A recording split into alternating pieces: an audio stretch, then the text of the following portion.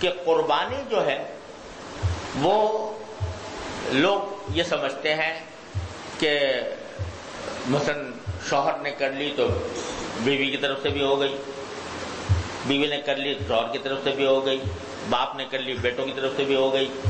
بعض لوگوں کو یہ خیال ہوتا ہے، ایسا نہیں ہے. ہر وہ شخص جو صاحب نصاب ہے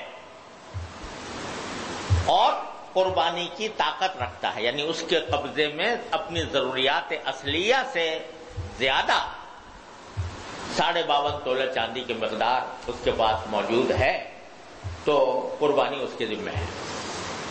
اگر باپ کے پاس بھی ہے، بیٹے کے پاس بھی ہے، تو باپ کی بھی قربانی، بیٹے کی بھی قربانی. شوہر کے پاس بھی ہے، بیوی کے پاس بھی ہے، تو شوہر پر بھی قربانی بھی. ایک تو یہ.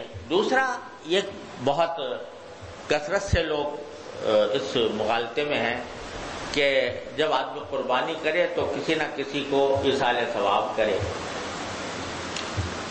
اور اس کی طرف سے کرے. تو یہ بھی کوئی ضروری نہیں ہے. اگر کوئی شخص فریضہ ادا کر رہا ہے، فرض ادا کرنے کا ایصال ثواب میں شک ہے، لیکن نفلی قربانی اگر کوئی کر رہا ہے تو اس میں جتنوں کو چاہے ثواب میں شریک کر سکتا ہے. اپنے والدین کی طرف سے کر لے، اپنے سارے اعزاء اقربا کی طرف سے کر لے. ایک ہی جانور میں 10 20 30 40 50 جتنے آدمیوں کو شامل کرنا چاہے کر سکتا ہے. رسول کریم صلی اللہ علیہ وسلم نے ایک مینڈا قربان فرمایا پوری امت کی طرف،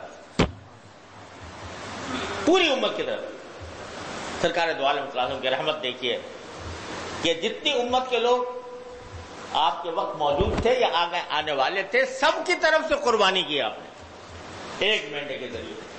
تو معلوم ہوا کہ ایک جانور کے اندر بھی ایصال ثواب میں کئی لوگ شریک ہوتے ہیں. ایک آدمی قربانی ایک ہی کی طرف سے ہوگی، بکرا ایک ہی طرف سے ہوتا ہے، لیکن وہ ایصال ثواب جتنوں کو چاہے کر سکتا ہے. نفلی قربانی اور فریضہ قربانی جو ہے اپنی طرف سے ادا کرنا ہوگا.